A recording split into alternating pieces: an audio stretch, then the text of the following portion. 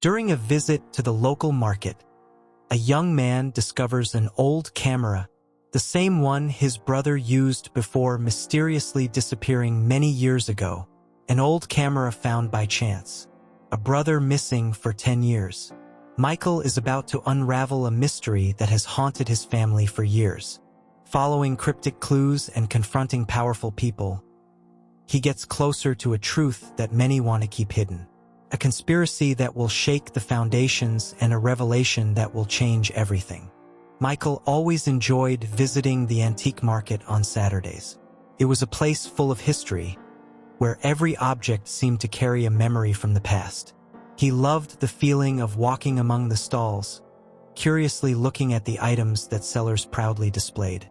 In that environment, Michael could disconnect from the stressful routine of his job as an advertising executive, finding a way to lose himself among relics of other times. But that day, something different happened. As he passed by a small stall, an old camera caught his attention. It was there, among other trinkets, covered in dust and worn by time. Michael felt a chill down his spine as he recognized it instantly. It was the camera of his older brother, David, who had mysteriously disappeared 10 years ago. Since David's disappearance, Michael's life had never been the same. He had always been the younger brother, looking up to David as a role model. David was the kind of person who attracted everyone around him, with his adventurous spirit and unwavering passion for photography.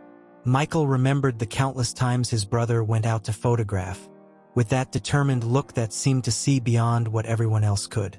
The camera was more than just a tool. It was almost an extension of David.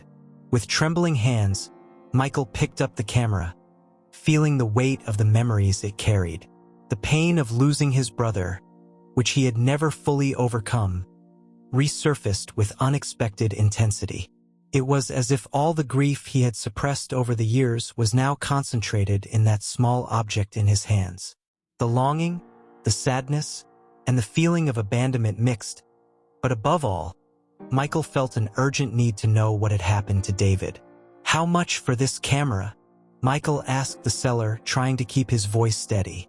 The man, an elderly gentleman with curious eyes, looked at Michael with interest. "This one? You have a good eye, young man. It's a rare piece, though it's a bit worn by time. But I can give you a good price if you're really interested." Michael didn't care about the price. He wanted that camera, needed it.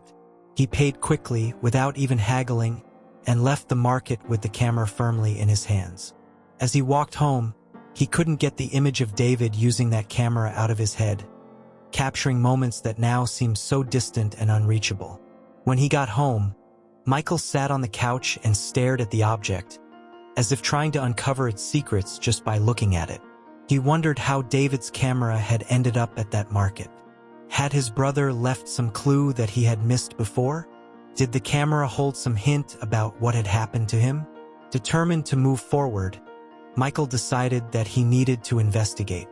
He rummaged through drawers, looking for the old photo albums his brother used to keep. Maybe there was something he had overlooked, some detail that could help him understand what had really happened. As he flipped through the albums, memories of his childhood surfaced like flashes. David had always been more than just a brother. He was a role model, someone Michael deeply admired, and the pain of losing him so suddenly, without answers, was a wound that had never healed. Now, with the camera in his hands, Michael felt that he might finally have a chance to discover the truth. He knew this journey would not be easy and could bring up painful truths, but the desire to find his brother, or at least understand what happened to him, was stronger than any fear. Determined, he thought about returning to the market the next day to talk more with the seller, trying to find out how that camera had ended up in his hands. Before going to sleep, Michael made a strong coffee and pored over David's photographs. The advertising work that used to consume his mind seemed distant now. All that mattered was the investigation he was about to begin. He spent the night reviewing the photos, trying to find a pattern, a place, or a person that could start his search. When he finally lay down, the sun was already beginning to rise, and Michael fell asleep with the certainty that the camera had not appeared in his life by chance.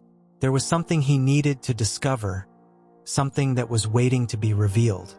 Michael spent the night wide awake, his mind swirling with questions that intertwined in a confusing tangle of memories and hypotheses. The image of David's camera, covered in dust at the antique market, wouldn't leave his mind. Why had that personal object reappeared after so many years? What did this discovery mean for the mystery surrounding his brother's disappearance? The next day, wasting no time, Michael returned to the antique market. He needed to speak with the seller who had sold him the camera. Perhaps the man knew something more, something that could help him understand how David's camera ended up there. Upon reaching the stall, the same old man was there, calmly arranging some items. Michael approached and tried to appear casual, but the urgency in his voice was undeniable. "Good morning," he said, trying to sound friendly. "I bought a camera here yesterday. That old one, remember?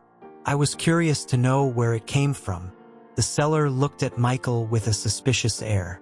"Ah, of course I remember. You seemed very interested in that camera. But why so much curiosity now, young man?" Michael hesitated for a moment but knew he had to be honest to get any information. "That camera, it belonged to my brother. He disappeared 10 years ago, and that camera was one of the most important things to him. I need to know how it ended up here." The old man furrowed his brow as if pondering whether or not to share what he knew. "I see. Well, I bought that camera from a man who showed up here a few months ago. He was selling various old things, seemed to be getting rid of everything. He didn't say much, just that he needed money. He looked worn out, but I didn't ask many questions. Antiques are like that. Sometimes the stories come with them, other times they are left behind. Do you remember what he looked like?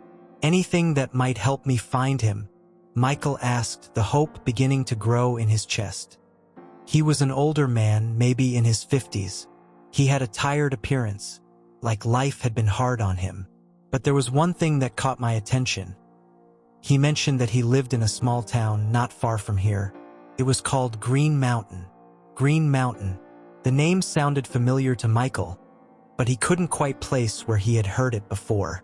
In any case, it was a starting point. He thanked the seller, bought a road map, and returned home, determined to discover more. Before leaving the market, Michael asked the seller if he could identify the man if he saw him again. But the old man shook his head, indicating that the memories were already blurred in his mind. Back at his apartment, Michael spread the map out on the kitchen table. Green Mountain was a small town, situated in a mountainous region a few hours away. He found himself wondering how such a small town could be connected to David's disappearance.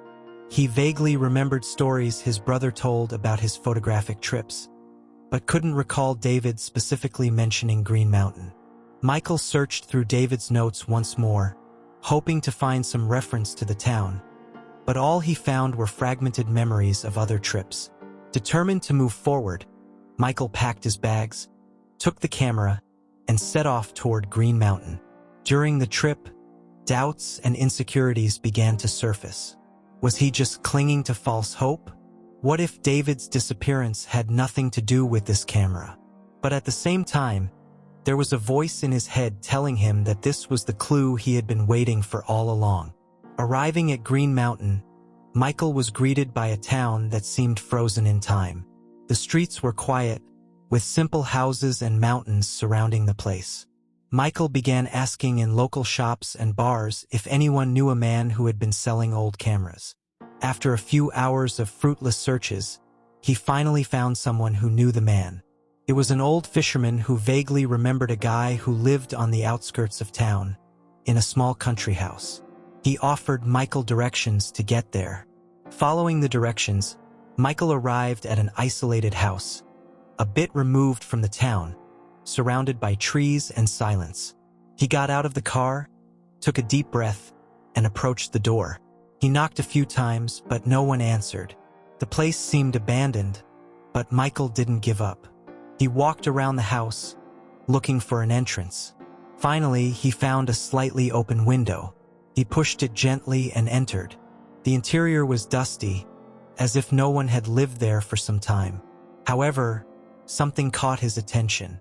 On a table in the corner of the room, several photographs were scattered.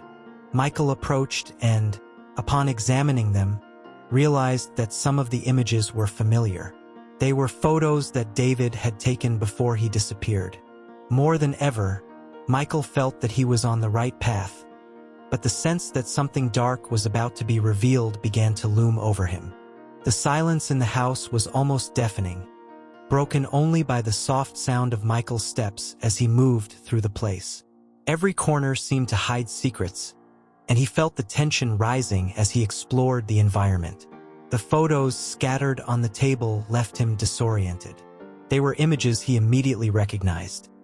Scenes from their hometown, places he and David used to frequent, and even some people Michael knew had been involved with his brother before his disappearance. He couldn't avoid the whirlwind of emotions these photos evoked. Here was concrete proof that David had been there, or at least that his belongings had passed through that place. But why? And where was David now? Michael began to question the possible reasons that led his brother to hide. Had he discovered something dangerous? Or was he simply running away from something he couldn't face? As he delved deeper into the house, Michael found a worn notebook hidden in a drawer. The pages were yellowed with time, but upon opening it, he realized that the notes were from his brother. David had recorded his reflections, investigations, and, most surprisingly, clues about something he was uncovering. The first pages were relatively normal, with notes about places David had visited, people he had talked to. But as Michael progressed in his reading, the notes became more obscure. David talked about an investigation he was conducting, something he had stumbled upon by accident, but that quickly proved dangerous. There were mentions of a group of influential people in the region who were involved in an illegal land sale scheme. The notes indicated that these lands belonged to local communities, who were forced out so that the new owners could exploit them. David seemed to have gotten too involved, and at some point realized that he was being followed. One specific note caught Michael's attention. "They know I'm getting close. The camera is my only way to protect myself. If something happens, whoever finds this camera must continue. The truth must come to light, no matter the cost." Michael felt a shiver run down his spine. The pieces were starting to fall into place, but the picture that was forming was terrifying. David hadn't simply disappeared. He had been forced to hide to protect himself and perhaps even the family. And the camera Michael had found was more than just a memory of his brother. It was a key, perhaps the only remaining trace of David's investigation. Michael continued reading and discovered that David planned to confront a man named Anthony Fisher, a local businessman who seemed to be at the center of the entire operation. The last notes indicated that David had arranged a meeting with him, but the diary ended abruptly, without mentioning what had happened afterward. Now, Michael found himself facing a dilemma. He was in unfamiliar territory, and with every step he took, he felt he was getting closer to the same danger that had swallowed his brother. But giving up was not an option. The discovery of the camera and David's notes put him in a position where he could no longer turn back. Determined to face whatever came, Michael packed the notes, photos, and camera into a backpack and left the house. He knew he needed more information before confronting Fisher, but at the same time, the urgency to solve the mystery was almost unbearable. Michael returned to the town and checked into a simple inn. He spent the night analyzing David's notes, trying to devise a plan. The next day, Michael went to meet Anthony Fisher. He discovered that the businessman was a well-known figure in the region, involved in various ventures, and that he maintained an office in a commercial building in town. With a mix of nervousness and courage, Michael headed to the location. Along the way, he mentally reviewed all the questions he needed to ask, all the details he needed to clarify. He felt the weight of responsibility increasing with every step he took toward the truth. Fisher's office was luxurious, a facade that hid the shady activities he seemed to command. Michael entered without an appointment but with the determination of someone who knew he needed answers.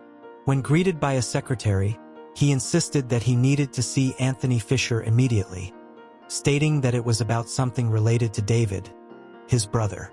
The words had an instant effect. The secretary, who had been polite and reserved, became visibly tense. After a few minutes of waiting, Michael was led to a room where Fisher awaited him, sitting behind an imposing desk. "So, you're David's brother," said Fisher, with a smile that didn't reach his eyes. "I'm curious to know what brought you to me." Michael felt the weight of the man's gaze on him but kept his composure. "I want to know what happened to my brother," he replied, trying to keep his voice steady. "And I know you can help me find out." Fisher's smile faded, replaced by a cold, calculating expression. "Be careful with the questions you ask, young man. Sometimes, the truth can be more dangerous than you imagine." Michael stared at Anthony Fisher, feeling the weight of the threat in the man's words. The air seemed to carry a palpable tension, as if any movement could trigger an unpredictable reaction. Despite the growing fear, Michael didn't let himself be intimidated. He knew he was close to discovering the truth, and nothing would make him back down now. "I'm not here out of curiosity," Michael responded, firmness in his voice. "I want answers. My brother disappeared 10 years ago, and all the clues I have led me to you. What do you know about what happened to him?" Fisher crossed his arms and leaned back in his chair, his eyes evaluating Michael's every move. After a few seconds of silence, he sighed, as if he had reached a decision. "Your brother was a smart man, but he made a grave mistake. He got involved where he shouldn't have. David was investigating things that should have remained buried, things involving powerful people. He believed he could expose everything, but he was dealing with forces beyond his control." Michael clenched his fists, trying to control the anger growing inside him. "And what exactly did he discover? And why did he disappear? Were you involved in this?" Fisher didn't respond immediately. He seemed to be pondering how much he should reveal. David discovered a scheme that, if it came to light, would ruin the lives of many people. Lands were being bought illegally. Entire communities were being expelled to make way for lucrative developments. And let's just say I had a role in that. "So, did you do something to him?" Michael asked, his voice laden with accusation. Fisher leaned forward, his expression now dark. "I warned David that he was putting himself in danger, but he was stubborn. He wanted justice, wanted to expose everything. Don't get me wrong, I didn't want things to go as far as they did, but he didn't give me a choice. His disappearance was necessary to protect many people, including you and your family." Michael felt his blood run cold. The confirmation that Fisher was directly involved in his brother's disappearance was like a punch in the gut. "So you—" "No," Fisher interrupted, suddenly standing up. "I didn't kill him, if that's what you want to know. David is alive. At least, he was the last time we saw each other." "How can that be? Alive?" Michael was incredulous. "Where is he? What did you do with him?" Fisher walked over to the window, looking out at the city below. After David started getting close to the truth, he realized that things were getting out of control. He knew that if he continued, it wouldn't just be him who paid the price. "So we made a deal. I helped him disappear. He knew that if he kept in contact with any of you, he would put everyone at risk." Michael tried to process Fisher's words. The idea that his brother was alive but had been living in hiding all this time was both a relief and a torment. So why did his camera show up now? Why did he leave it behind? Fisher turned to Michael with a tired expression. The camera was insurance, a way to keep the information safe in case something went wrong. It wasn't supposed to be found, but apparently, David wanted you to know something. Michael thought about the camera that was still in his backpack, a relic that carried both the weight of truth and the pain of loss. He left clues for me then? Something I was supposed to find. Fisher returned to his seat, now with a darker expression. "I don't know what exactly he wanted you to find, but if David is communicating with you through that camera, it's because he needs your help. But remember, young man, by following this path, you're entering a dangerous game. Michael felt the weight of responsibility fall on his shoulders. He couldn't turn back now. I need to find him. If he's alive, I need to see him, talk to him. Fisher slowly shook his head. I can give you one last clue, but after that you'll be on your own. David was hiding in a village in the mountains, north of here. If you follow the clues he left, you might be able to find him. But remember, the truth you're seeking may come at a high cost. Michael nodded, already decided. I don't care about the cost. I just want my brother back. Fisher handed him a piece of paper with the coordinates of the village. Good luck, young man. And remember, when you find David, you too will need to be very careful. Many people don't want this story to come to light. Michael left Fisher's office with his heart racing. He was closer to finding his brother than he had ever been in all these years, but he knew he was embarking on a journey full of dangers. With the location in hand and the camera as a guide, he set off toward the mountain village, where he hoped to finally reunite with David. The road to the mountain village was winding and surrounded by towering trees whose canopies blocked out the sunlight, creating a somber and mysterious atmosphere. Michael drove in silence, his thoughts immersed in uncertainty about what he would find. He gripped the steering wheel tightly as his mind replayed the recent events and revelations that had led him there. Upon arriving at the village, he realized that the place was even more isolated than he had imagined. Small wooden houses were scattered across the mountainous terrain, and the environment was shrouded in an unsettling silence. The few people he saw looked at him with suspicion, as if his presence there was unusual. Michael felt like a stranger in that place, but he knew he couldn't give up now. With the piece of paper Fisher had given him in hand, he began to follow the directions to one of the most remote houses, perched on top of a hill. The path was steep, and Michael felt exhaustion taking over his body, but the determination to find David kept him moving. When he reached the indicated house, he paused for a moment to catch his breath and gather courage. The structure was simple, with weathered wooden walls and a sloped roof. The windows were closed, and there were no signs of life outside. Michael approached the door and knocked gently, fearing the sound would echo in the vastness around him. Minutes passed without a response, and Michael began to wonder if Fisher had lied or if David was no longer there. However, just as he was about to knock again, the door slowly opened, and a man appeared. Michael stood still, unable to believe what he was seeing. The man in front of him was visibly aged, with graying hair and a face marked by time. But those eyes, they were unmistakable. It was David, his brother, alive and standing before him. "Michael," David murmured, his voice hoarse and filled with emotion. "I never believed you would make it here." For a moment, the brothers just stood there, trying to absorb the reality of the reunion. Then, almost simultaneously, they approached and embraced tightly, as if they needed to be sure that this wasn't a dream. Michael felt tears streaming down his face and didn't try to hold them back. "I thought I would never see you again, David. I spent so much time not knowing what happened, not understanding why you left." David sighed, still holding onto his brother. "I'm so sorry, Michael. It was the only way to protect you, our family, and maybe even myself. Things got too dangerous, and I had no choice but to disappear." They slowly pulled apart, and David motioned for Michael to come inside.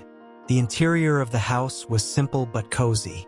There was a fireplace, some shelves with books, and on a table in the corner, a pile of documents and photos that reminded Michael of the investigations David had conducted in the past.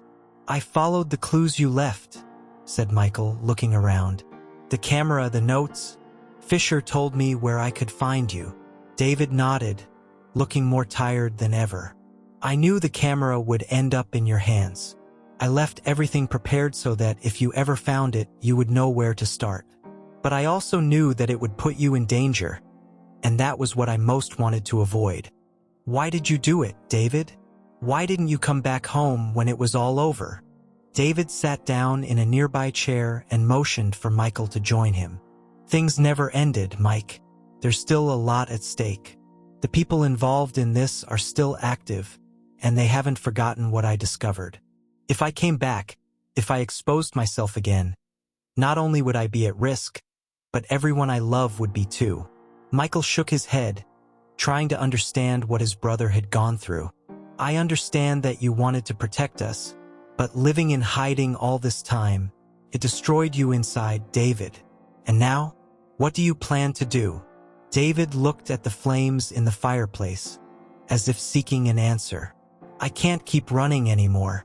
When you showed up here, I knew it was time to face reality. I can't hide what I discovered any longer, Mike. And I need your help to do it. I'm with you, David. What do we need to do? David grabbed a folder of documents from the table and handed it to Michael. Here are all the evidence I've gathered over the years. Photos, testimonies, financial records, everything we need to expose this conspiracy. I know it's risky, but now that we're together, we can do it the right way. We need to find people willing to help us, journalists, activists. It's our chance to bring justice. Michael felt the weight of the documents in his hands, but also a sense of relief for finally having a clear path to follow. Let's do it, David. Let's expose everything and bring down this network of corruption. The brothers spent the night planning their next steps, aware that they were embarking on a dangerous battle, but determined to see justice prevail. Their reunion was not just a family matter. It was the beginning of a new mission, one that would bring to light long-buried truths and, perhaps, bring some peace to the affected communities. The next morning, with the light of day illuminating the small house in the mountains, Michael and David set off into the unknown, united by the cause and the strength of their reunion. The first days after the reunion were a mix of anxiety and hope for Michael and David. They knew they were dealing with something much bigger than they could have imagined, but they also knew they couldn't turn back. With the documents in hand, they began to devise a plan to expose the conspiracy that had forced David to live in the shadows for so long. The first step was to contact trustworthy journalists. Michael, with his discreet style, sought out contacts in major urban centers, while David used his old and more secure networks. After a few attempts and much caution to avoid being discovered, they managed to arrange a meeting with a renowned investigative reporter who worked for a major newspaper. This reporter, known for his commitment to the truth, traveled to the mountain village to meet the brothers. The meeting took place in the house where David had been hiding. The journalist, a middle-aged man with a keen eye and a serious demeanor, listened attentively to every detail of the brothers' story. He examined the documents and photos that David had collected, his expressions alternating between surprise and indignation. "This is explosive," the reporter finally said. "If this story is published, it's going to cause an earthquake in several spheres of power. But you have to understand that by doing this, you're putting yourselves at great risk. Are you ready for that?" Michael and David exchanged glances, and Michael was the first to speak. "We are. For years, I've lived without knowing what happened to my brother. Now that we know the truth, we can't stay silent. This is our chance to get justice, not just for us, but for the communities that have suffered because of this corruption." David nodded in agreement with his brother. "I've already lost too much time hiding. If we don't do something now, these people will continue to go unpunished, and more families will be destroyed like ours was. We're ready to face the consequences." With the journalists' support, the brothers began to organize a strategy to release the information. They decided that the best approach would be to launch the story on multiple platforms simultaneously: newspapers, television, and digital media, to ensure that the impact was immediate and difficult to suppress. The journalist also recommended that they do this with the help of a network of activists and lawyers who could offer legal protection and support. In the days that followed, the preparation was intense. Michael and David recorded video statements, explaining their stories and revealing everything they had discovered. The journalist began drafting a series of detailed reports, which would be released in chapters, each uncovering a part of the corrupt plot that had spread across different regions of the country. Finally, the day of publication arrived. The story was released to great public response. The revelations about the illegal land sales, the forced expulsion of communities, and the corruption involving powerful businessmen and politicians shocked the nation. The reports brought to light incriminating documents, testimonies from victims, and David's story, the man who had sacrificed his life to expose the truth. The response was immediate. Public opinion mobilized, demanding investigations and severe punishments for those involved. Under pressure from the media and society, the authorities had no choice but to act. Within weeks, several influential figures were arrested, and the affected communities began to receive support to rebuild their lives. For Michael and David, the victory came with a mix of relief and sadness. They had achieved their goal, but the cost was high. David, despite being free from isolation, still carried the emotional scars of years of seclusion and persecution. Michael, for his part, felt relieved to have found his brother, but was aware that their lives would never be the same. As the months passed, the brothers began to rebuild their lives. They founded an organization dedicated to protecting vulnerable communities and exposing corporate crimes, continuing the fight that David had started alone. This new mission gave them a renewed purpose, a way to turn pain and loss into something positive for society. However, there were moments of deep reflection, especially for Michael. He often thought about everything they had gone through and how things might have been different if David had chosen another path. But deep down, he knew that his brother's choices, as difficult as they were, had been necessary to expose the truth.